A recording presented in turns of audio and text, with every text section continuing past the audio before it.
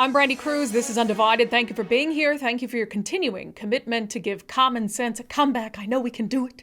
We just got to keep trying. Undivided is presented by our founding sponsor, 1530 Mortgage. Pay them a visit at 1530mortgage.com. And remember, if you have not become a subscriber already, we do an episode like this every single Wednesday that's exclusive to subscribers on Patreon, patreon.com/undivided, or you can become a contributor on my locals community, brandikruse.locals.com.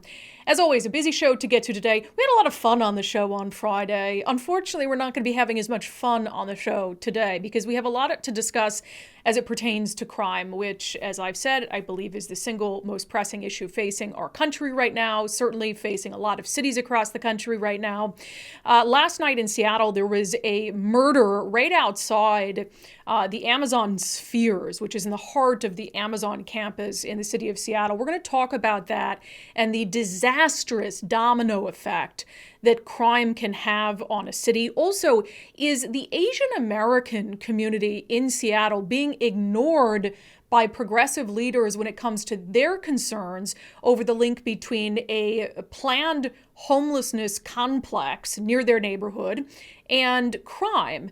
Jonathan Cho, independent journalist, senior fellow at the Discovery Institute, is going to join us to talk about a rally that happened a few days ago where there was an overwhelming show from the international district community demanding that elected leaders do better.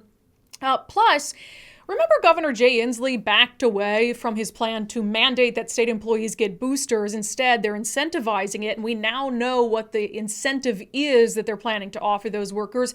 Plus, progressive Congresswoman Pramila Jayapal of Washington State is being blasted by some conservatives for a tweet about 9/11. We'll discuss whether all the rage is justified or maybe an overreaction. But I want to start in the heart of the city of Seattle, certainly the economic heart of the city of Seattle. Last night, there was a murder right outside the Amazon Spheres, which have become really very quickly an iconic place in Seattle. And they are the heart of the Amazon campus in the city. And right outside, there was a murder. It looks like a man in his 50s was shot to death. He was in a vehicle. The suspect fled from the scene. Here is interim police chief Adrian Diaz briefing the media at the scene last night. At 8:30 p.m., officers responded to 7th Illinois regarding a shooting. Officers located a victim that had been shot inside a vehicle. They attempted life-saving measures, and the 48-year-old male was pronounced deceased at the scene. Currently, our CSI detectives have responded to the scene to process it, and our homicide unit is investigating the scene. If anybody has any additional information, we encourage them to call the Violent Crimes Tip Line at 206-233-5000. And the victim, a 48-year-old man. It wasn't immediately clear what, if any, tie that man had to Amazon besides the fact that he was killed right in front of the Amazon Spheres. But this is far from the first time that violence has hit Amazon. You might recall back right before the pandemic began, there was a shooting on 3rd and Pine, which has become a notorious corner for crime in the city of Seattle. 8 people were shot, including a little boy, and 2 Amazon workers were injured in that shooting. You know, the 2 men involved, these were people who were known to law enforcement. Both of them had warrants out for their arrest before that shooting happened. One of them had 44 arrests on his record at least, as well as 20 criminal convictions. The other one, 15 criminal convictions, about 24 arrests. So these were bad guys. And then they just get in a gunfight in the middle of downtown Seattle. They strike, like I said, a little boy and also injured 2 Amazon workers. And that was really, I think, the first time that we were getting a sense of how dangerous downtown Seattle was becoming. Then, of course, the pandemic hit shortly after this, and what was a huge story at the time faded away a little bit. And then, of course, we saw this spike, this rise in crime during the pandemic. And to date, I've been in Seattle for 12 years, one of the most horrifying pieces of surveillance video tied to a crime that I've ever seen happened during the pandemic.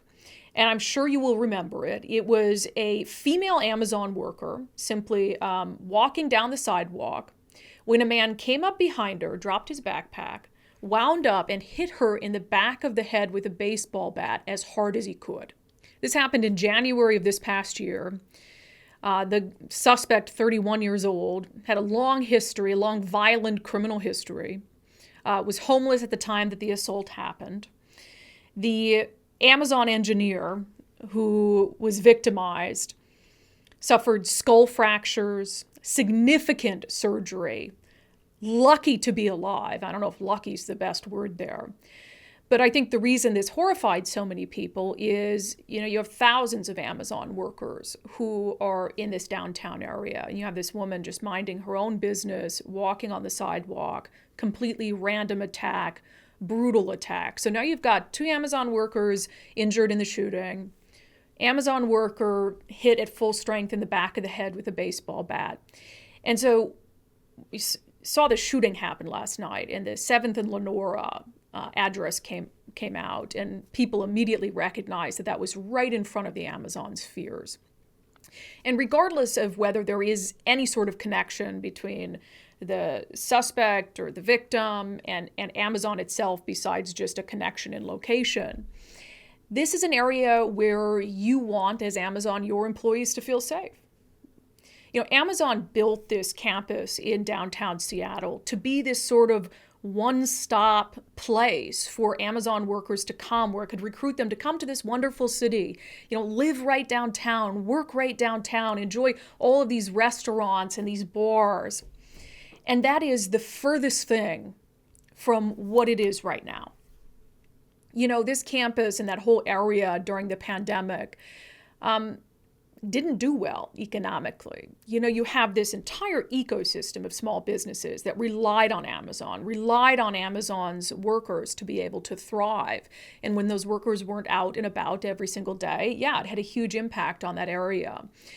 And you combine that, the impact from what closing things down during COVID had on this area, and you combine that with now the horrendous levels of crime that have moved in. And you have to wonder what kind of future Amazon sees in the city. One of the keys, I think, to dealing with the crime crisis in downtown Seattle that we're seeing, and just the prolific open-air drug markets, people just selling stolen merchandise out in the open, victimizing people out in the open, one of the probably most effective ways to deal with that is to get people back to work in downtown Seattle, is to get these thousands of Amazon workers out and about again, spending money, going to bars, going to restaurants, going to the office. But why on God's green earth would Amazon ever consider doing that? Ever consider telling their employees, hey, it's time to go back to work. It's time to bring downtown Seattle back to life, if this is the kind of stuff that might happen to them? How much is one corporation expected to take? When you look at Amazon's relationship with the city of Seattle, to me, it is a wonder that they're still here. For years, you had the Seattle City Council railing on this tax Amazon proposal, ultimately passing a tax on high-paying jobs that was really intended to be a tax on Amazon. You had Amazon vilified by members of the Seattle City Council for years, completely ignoring things that Amazon had done to be a good corporate citizen, completely ignoring the jobs and the economic growth that Amazon brings to the city. Did Amazon bring problems? Of course. Rents skyrocketed. That was something that was a clear issue. But, I remember talking to a mayoral candidate in Lorena Gonzalez who said that she didn't believe Amazon was a net good for the city, which is pretty remarkable when you think about it. So you combine the vilification that Amazon has endured, and then you look at the direct targeting of Amazon. For instance, Amazon Go stores have been a regular and repeated target of protests and vandalism and destruction by rioters in the city of Seattle. And Amazon and Starbucks stores seem to be 2 favorite targets. So you've got Amazon being vilified at the highest levels of Seattle government for a long time. You've got rioters who think Amazon is a terrible company and wants to destroy their storefronts. And then you have a crime crisis that is impacting in a real way the sense of safety and security for Amazon workers. Is Seattle still a city that they can recruit people to come to? Is the downtown area still a place that they can pitch as this wonderful experience for employees who they want to come here? And for Amazon as a corporation, is the city of Seattle and Seattle leadership really an entity that you can trust will work with you to ensure long-term viability? Amazon has already started to move jobs to Bellevue. And I don't know that anyone in their right mind could blame them if they decide to move all of them to Bellevue. I do wish that Seattle leaders would wake up and understand how much this city, especially right now, trying to bounce back from the pandemic, trying to come back to life, how much they do need to cater to Amazon. That they do need to dedicate resources and outreach to trying to not only mend the political relationships that have been broken with Amazon, to not only stop the vilification of Amazon, but to work with Amazon to ensure that their campus is safe, that the downtown area is safe, that they'll bring people back to work, all of that. I mean, Seattle is supposed to be the economic engine for the entire state. And right now, the city of Seattle has a hell of a lot of work to do to keep them here. Concern over crime is also what's at the heart of our next story, which brings us to the International District in Seattle. The following segment is brought to you in partnership with Future 42. Turn your frustration into action by signing up at future42.org. Seattle is a progressive city, right? So what would happen, do you think, if hundreds or thousands of people of color gathered together to protest because they don't feel safe? Would the media cover it? Would politicians be there? What do you think would happen? 1,000 people of color come together peacefully to try to send a message to the city that they don't feel safe. Well, we know it would happen, right? Because we saw it all throughout 2020. We saw large protests and gatherings, some of them peaceful, some of them not peaceful, after the murder of George Floyd. Now, I would say that actually most of those crowds were majority white, but they were advocating on behalf of people of color, saying that they were concerned about police brutality. And what happened? The media covered it wall to wall. Wall to wall. I mean, I was part of it. The media covered those protests wall to wall. You had members of the Seattle City Council who showed up at those demonstrations. You had the mayor of the city of Seattle who invited those protesters to City Hall to have meetings, who spoke to them on the steps of City Hall. So we know what would happen in the city of Seattle if there was a crowd of 100 or 200 or 1,000 people of color demanding change. So why then have we heard so little about a protest that happened last week involving about 1,000 members of the Asian American community in Seattle? One of the only journalists who were present for that protest was our friend Jonathan Cho, a former TV reporter in Seattle, now an independent journalist and senior fellow at the Discovery Institute, who's been covering issues of homelessness. Here's some of the clips that he gathered while he was at this protest in the International District. So all we're asking for is we need to be heard.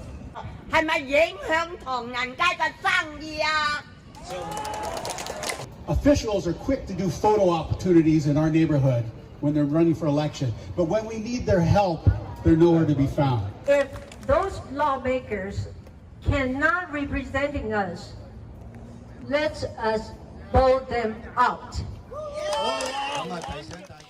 Now, there were a few other very small stories in the news about it, short stories on one of the evening newscasts, but there were TV stations that didn't even bother attending. Again, highly unusual in a city like Seattle that pays so much attention to other protests where you have people of color who are demanding that the city do better. So what was so different about this one? Well, in this case, you had Asian Americans who were protesting over a homeless complex that King County is trying to push through near their neighborhood. They're protesting because they say that they haven't been consulted about it in any meaningful way, and they're concerned that it could lead to an increase in crime in the International District, a neighborhood that's already been dealing with crime in a really serious way. I wish the decision makers were here, because this is what I want to say to them. How dare you schedule a homeless shelter in our neighborhood? So again, the concern is that this could bring an element of crime to the international district when they're already dealing with this. And they're saying, look, the city and the county are just pushing this through and they haven't consulted with us. We don't know what their plan is to deal with crime. And it's not my opinion that the county is trying to push this through. The county has said during a recent county council meeting that they're trying to push this forward as quickly as possible. So quickly, in fact, that they want to bypass a competitive bidding process. And as we look at the unhoused population and our need to rapidly get that done, we see that as being the justification under the code. To hear more about the concerns that this community is raising over this homeless complex and what seems like the refusal of elected leaders in a progressive city to listen to a community of color that has valid concerns over safety, I spoke to my friend Jonathan Cho about what he saw and what he heard. Jonathan Cho, welcome back to Undivided. You've been busy. Always. So tell me about, first and foremost, the homeless complex, quote unquote, that the International District residents are protesting against. What is it? Okay.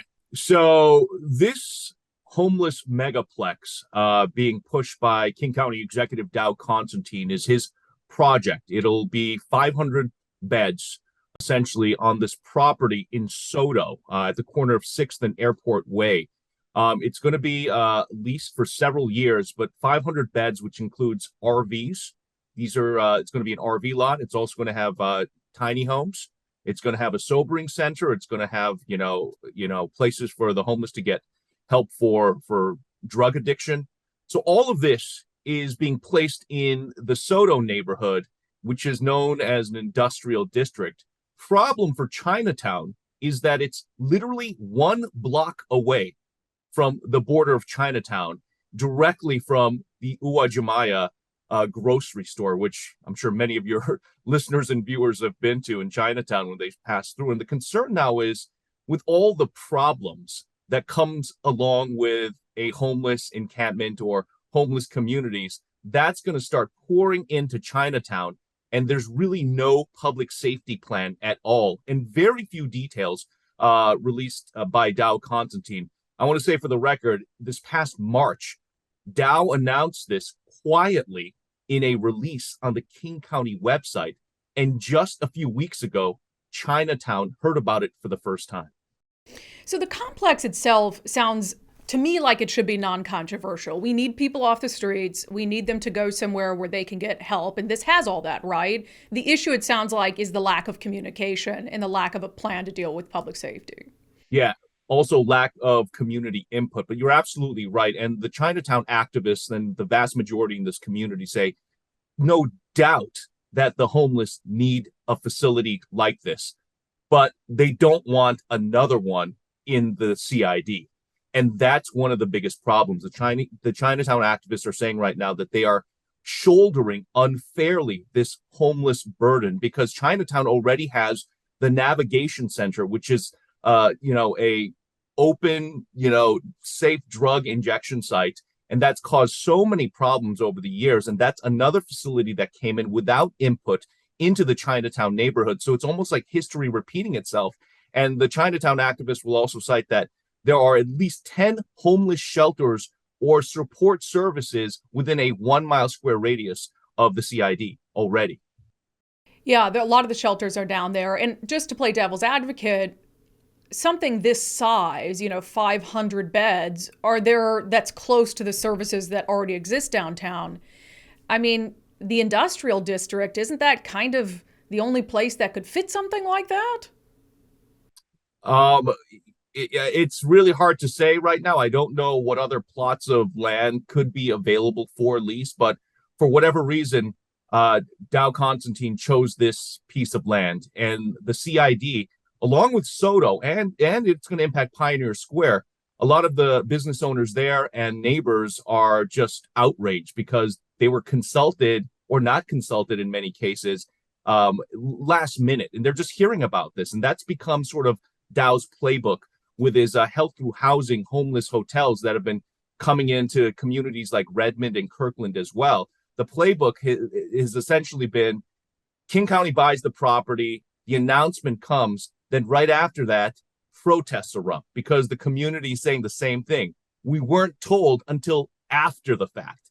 And that's the key piece here. The CID, other surrounding communities are saying they just weren't consulted. Why not? And they're not getting engagement from Dow Constantine right now. And I've tried numerous times to reach out to his office, and they're essentially choosing not to comment on this. You did get a chance to confront Mayor Bruce Harrell about it, and he kind of gave you the brush off like this isn't a Seattle problem. Is that fair? And in fact, I'll play the clip here. The community's really concerned about this new homeless shelter coming into SoDo. How come they weren't consulted before you green-lighted this? Well, that's a leading question, what we call in law, and that's based on facts that are not in evidence, as we say in law. So this is a county project, and I believe they did some amount of outreach and research and talking to communities, and I know that they will continue to do that. So, is there anything you could do to stop this from coming in? Because that's what they want. They want a moratorium. So again, it's a county project, and so I'm very confident that they will work with the community, listen to the community, and work with the community, and we'll continue to do that as well. I mean, I think we have a history of making sure that we are trying to, and particularly in the Chinatown International District, trying to uplift all boats. I mean, that's what this is about today. That's why we're here, looking at our small business recovery efforts, what we're doing with the federal government. So that project, again, I believe intended to house the homeless. I think everyone wants to do. I look forward to the continued outreach that I'm sure the county will do, and we'll do it as well. I mean, did you feel like he was just shirking responsibility? Well, in fairness, I have tried to reach out to Mayor Bruce Harrell's office numerous times prior to that encounter. So I sort of caught him off guard at a breakfast last week. But basically what the mayor said was that it's the county's problem. He is aware of what's going on. And I want to be very clear. For the record, he did sign off on it. When this release came out in March, his quote is clearly on the webpage supporting this initiative. So the question now for the mayor is, what can the city do? What can he do to potentially, at the very least, put a pause on this? There's some talk about potentially zoning. Permits haven't been pulled yet, so the mayor could potentially put a stop to that. And again, the CID is recognizing that this could be a done deal. All they're asking for right now is some input and a moratorium, a pause, so they can discuss it and talk about issues like public safety. What's the plan for that? Maybe we need more money for the community as well to prepare for this. None of that has been done.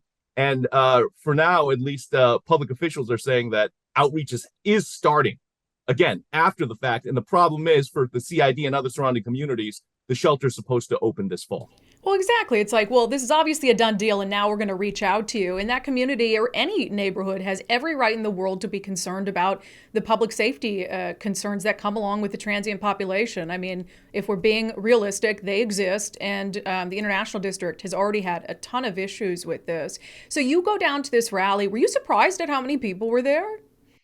Yeah, it was packed. And what I was really surprised about was the fact that most of the people there were the elders. And I think a lot of people who aren't in Chinatown, when you're an outsider, you think of Chinatown as a place to get some great dim sum or pick up some trinkets.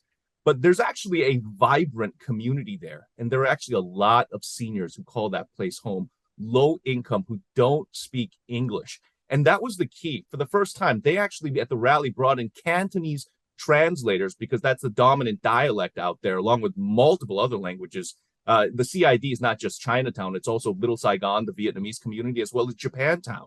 So there's so many different languages. There needed to be, again, according to the organizers of this rally, more time for outreach, more community input, and none of that apparently happened. So a lot of the seniors had a chance to speak out for the first time at this rally, and they were absolutely outraged, especially at the public officials, the city council members like Tammy Morales, who's supposed to be representing them.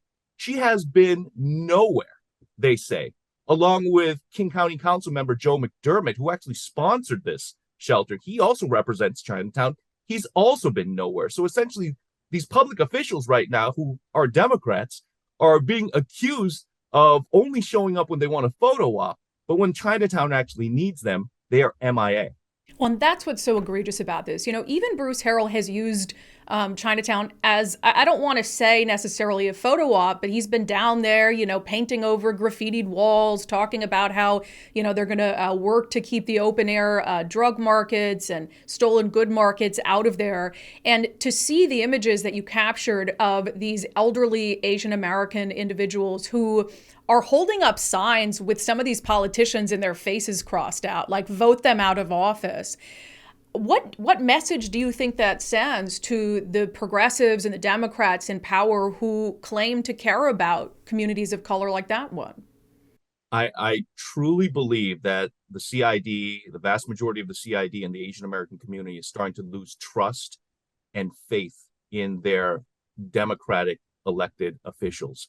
Look, the vast majority of Asian Americans and the CID, they have traditionally, historically voted Democrat, but they're at this point right now that they need anyone, and they're going to align with anyone, including Republicans, who will step up to back them at this point. Chinatown, once again, feels like they've always had to fight alone. They're the minority group that's kind of caught in the middle. We all know, Brandi, in the media world, when they talk about quote unquote diversity, it's usually black and white. Okay, then Hispanic, then Asians are last. And this, again, according to Chinatown, they're calling this a social justice issue. They're asking, where's the social justice for them? Where are all these progressive Democratic officials who stood for BLM and every other social justice movement? Where are they right now when the Asian American community needs them? I thought it was interesting that King County Republican Party sent a few folks there. Do you think that was just them seizing the opportunity? I mean, you heard them speak. Did it feel sincere that they wanted to be there and step up? First of all, that was totally impromptu. I talked to one of the Republican officials. They said they simply heard about this. They decided to show up. They asked one of the organizers to take the mic and kind of share where they stood. So this was just kind of all fluid. And I was absolutely stunned to see the King County Republican Party officials there. On the flip side of that, I was stunned to see not a single Democratic Party official there to support and stand with Chinatown. So for me, it's almost like a slam dunk. If the Democrats simply show up and publicly say, we stand with Chinatown, we're going to walk with you, we're going to work with you to have your voices met, this would be an easy win for Dems. But what this has done is it's created an opening, I believe, for the Republicans, who I believe genuinely want to stand with Chinatown, but they'll also openly say that the Asian American voting bloc is the fastest growing minority voting bloc, not only in Washington state, but in America. They are seizing on this opportunity to potentially take voters away for the next election cycle. Yeah, and that's fine, and maybe that changes things down the road. But you could have every Republican official in King County there, but they're not the ones in power right now. They're not the ones with the power to do something about the challenges these communities are facing. So after that show of strength and concern from these individuals in Chinatown, have you heard any movement or momentum from Democratic leaders to take a second look at this homeless complex? No, but I am hearing that there are Chinatown representatives desperately pleading with these Democratic officials to just step up. This is the time because, again, many in the CID, again, they come from all different political stripes, but have traditionally voted Democrat. And these, representatives from the CID are now saying to the Democrats, please stand with us right now. We don't necessarily want to vote Republican, but we're at this crossroads where we have to align with anyone, especially public officials who are willing to fight with us and stand with us publicly. Yeah. And if you're going to claim up and down that you care about, minority groups and people of color, words are one thing, actions are another. And I really hope that community gets the help it needs, because I don't think that the executive's office is going to back off from this proposal. And so what are they going to do on the back end to make sure that things are safe? Yeah, Jonathan along with Cho- Republican officials, I want to say one last point, along with Republican officials who are jumping in on this, there's also now law enforcement unions that are looking at this very carefully and seeing this as an opportunity to stand up for the Chinatown community.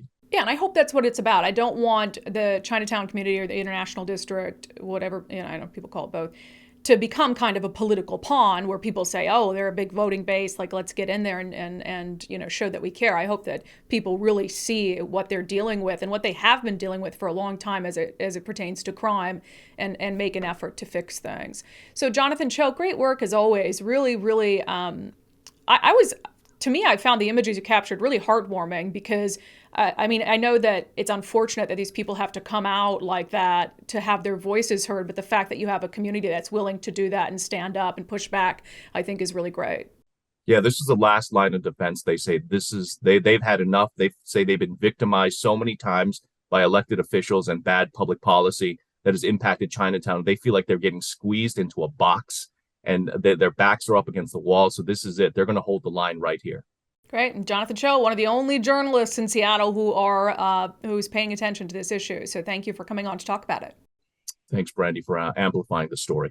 Now, I did reach out to the city of Seattle and King County to get comments on all of this. I have not heard back from the city of Seattle yet, but I did hear back from the Department of Community and Human Services for King County. And they put up a blog post about this, and they did say that they met with the rally organizers last week. And they are going to continue to meet with members of the community as the planning process moves forward. They also say they're working to correct misinformation that's being spread about this project. I did ask them what specifically is the misinformation that they're working to clear up. But look, regardless of what the city or the county feels like they've done in this instance, clearly the community members don't think it's enough. Clearly, the community members don't feel informed enough about what's going on. We can all agree, all common sense people can agree that you need shelters like the one that they're going to build, places to get people inside, places to get people services. But you have to communicate with the people around those areas to let them know what your plan is, if anything, to deal with the crime that is going to come up as a result.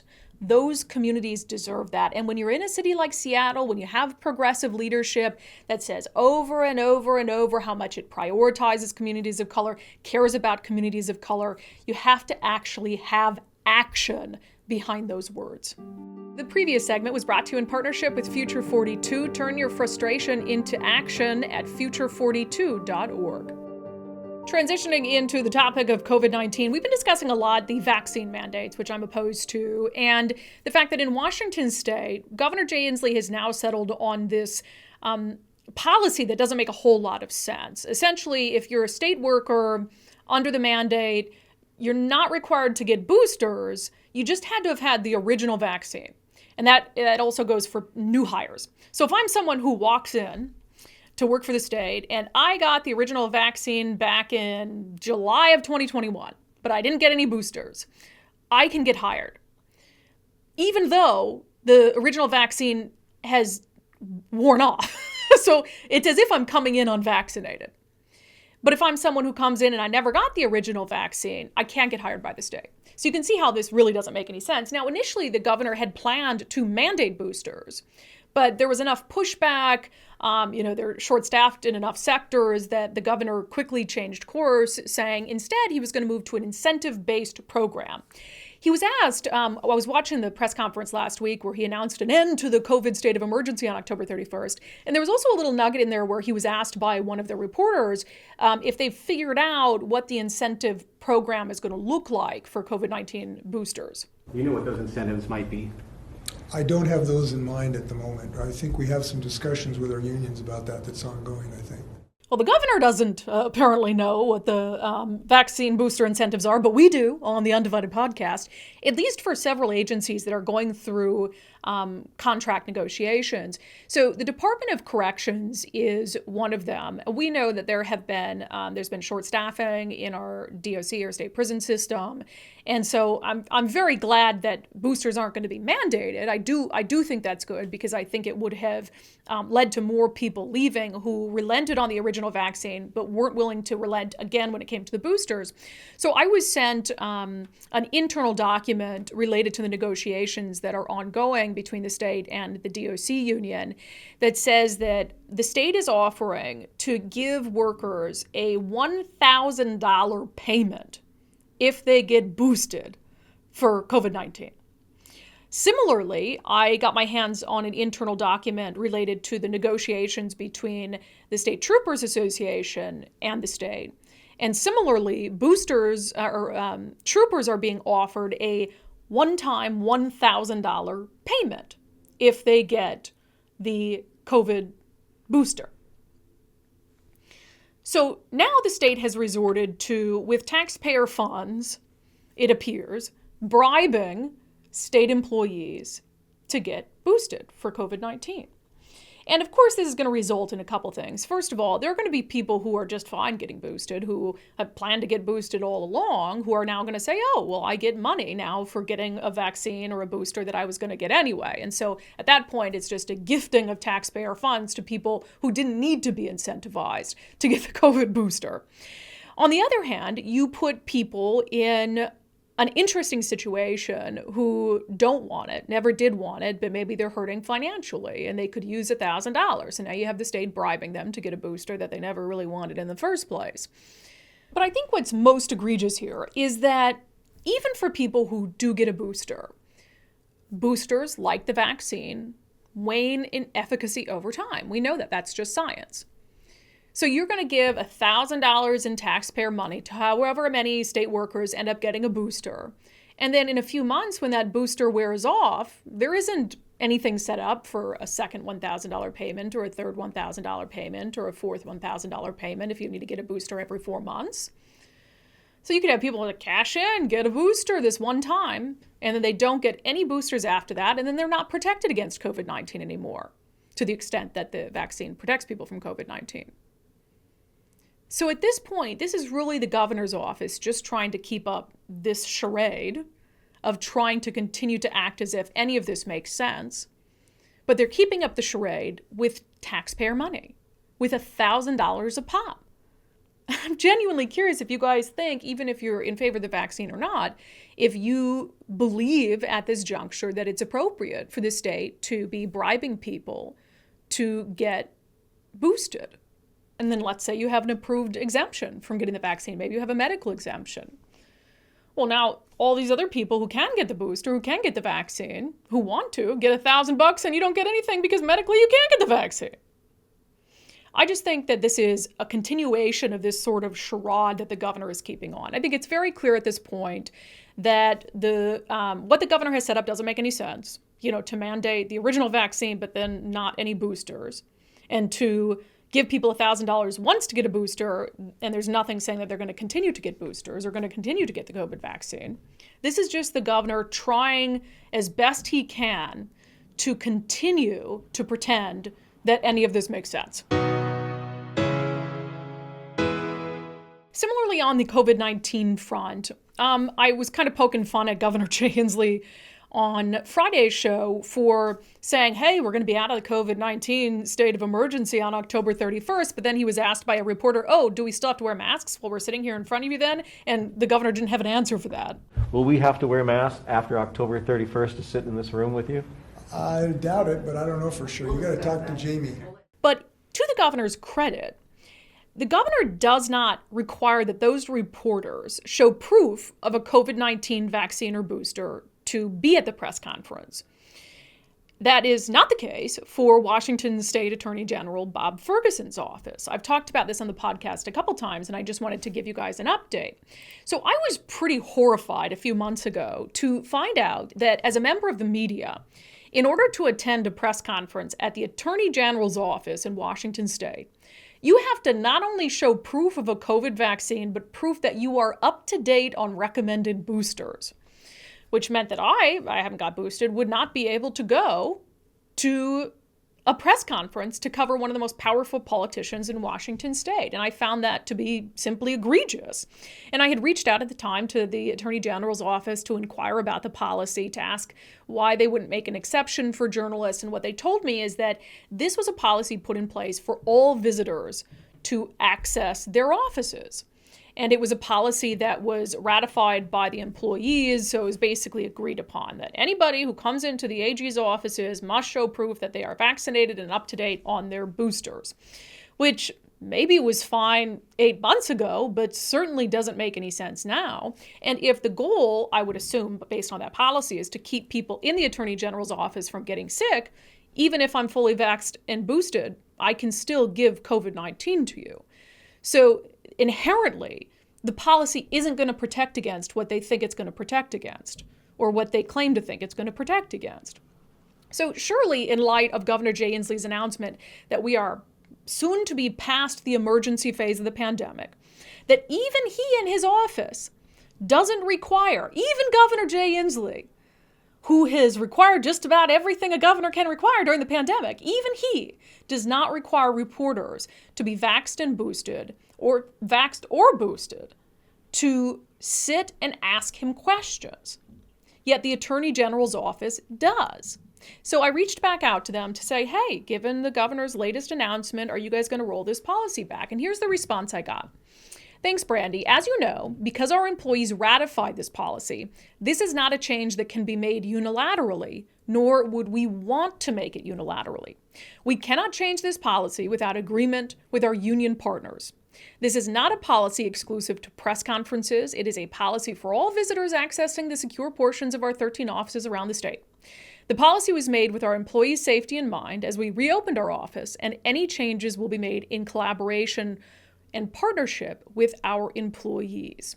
So here would be my message to employees of the Washington State Attorney General's office. It is time to change your policy.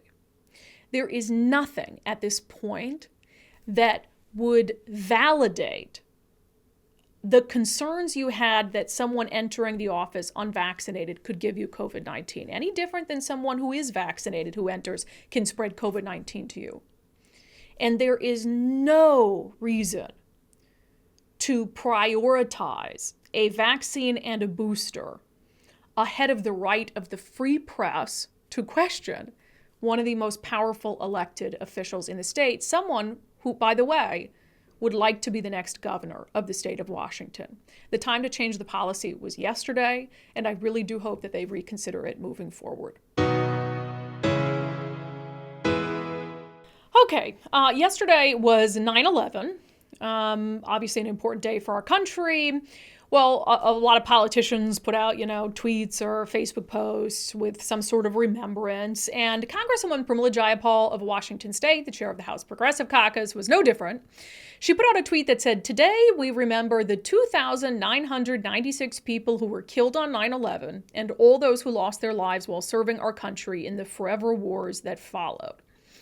Well, the only problem with that tweet is that 2,996 people were not killed on 9/11. 2,977 were, unless you include the 19 terrorists who were involved in the attack on 9/11 and who died as a result, who committed suicide as a result in their efforts to attack America. Usually, as an American politician, you would not include the terrorists as part of the total number of those whose lives were taken on 9/11. So Congresswoman Brandi Kruse instantly gets a ton of heat for this from Republicans. And some internet sleuths note that she actually sent the exact same tweet out, word for word, same picture and everything, pictures of the Twin Towers saying never forget, on the same date last year in 2021. So you had some Republicans, including friends of mine, my friend Jason Rance, put out a tweet criticizing Congresswoman Jayapal for this, and just all over. And there was an article in the New York Post entitled, "Dem Rep Jayapal Slammed for 9/11 Tweets Counting Terrorists and Death Toll." And she's since removed that tweet, by the way. Here's my thing. I can get angry about stuff. But I really think this is an example where if you're outraged about everything, then you're outraged about absolutely nothing. To me, there are a million other explanations for this tweet, besides Congresswoman Jayapal mourning the lives of 19 terrorists. First and foremost, again, let's put our common sense cap on. Do you really think that it is Congresswoman Jayapal herself who is sending out that tweet? No, it's probably a member of her staff who's sending out that tweet, as evidenced by the fact that it is the exact same tweet that was sent out on September 11th of 2021. So they're probably like, oh, what did we put out last year? Well, let's just put out the same exact thing this year. Now, it's fair to say Congresswoman Jayapal still has to be accountable for anything that goes out on her Twitter account.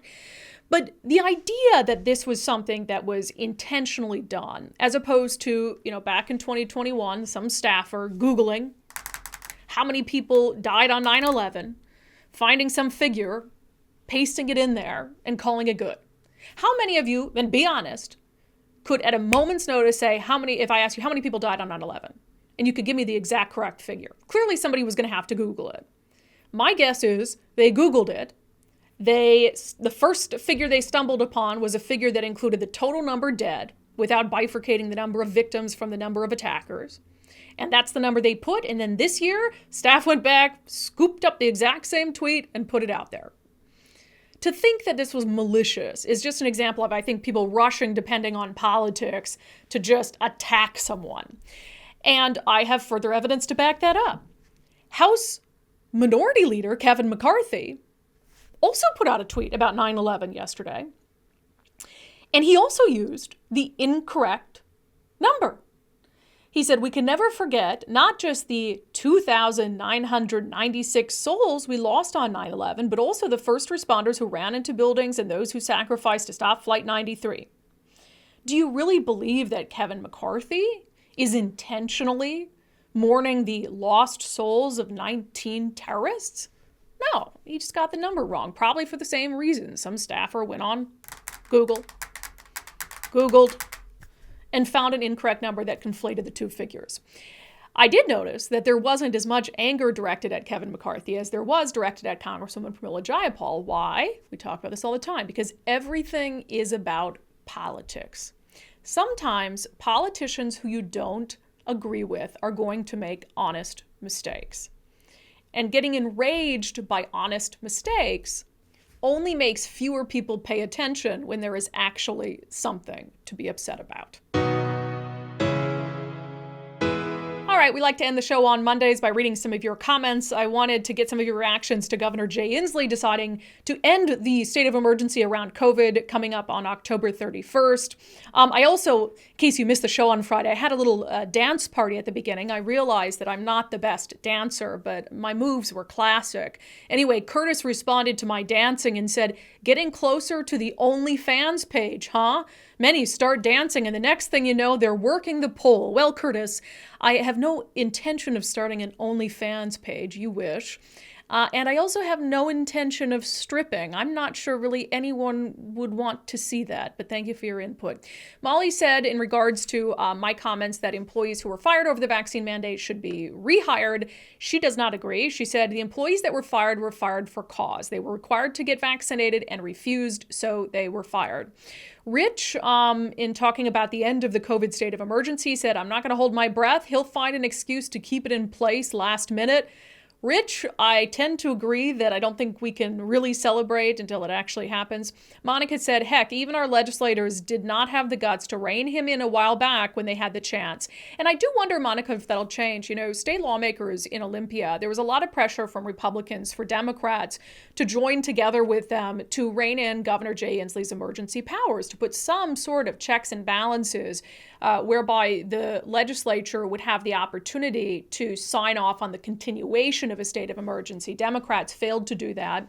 But I do wonder if it'll be different this upcoming session, since presumably we'll no longer be in a state of emergency. You know, I found some merit in the argument that, hey, let's not change this while we're in the midst of something. Let's change it after. So maybe they'll find the political will to do it this year. And let's end with Jay. Jay wrote, if the media would have held him accountable early on, it maybe wouldn't have gone this far. Jay, I agree. That's it for this episode of Undivided. Thank you for being here. Thank you for your continuing commitment to give Common Sense a comeback. You can become an Undivided subscriber, get a bonus episode every week at patreon.com/undivided, or by becoming a contributor on my locals community, brandikruse.locals.com. Undivided is presented by our founding sponsor, 1530 Mortgage. Visit them at 1530mortgage.com.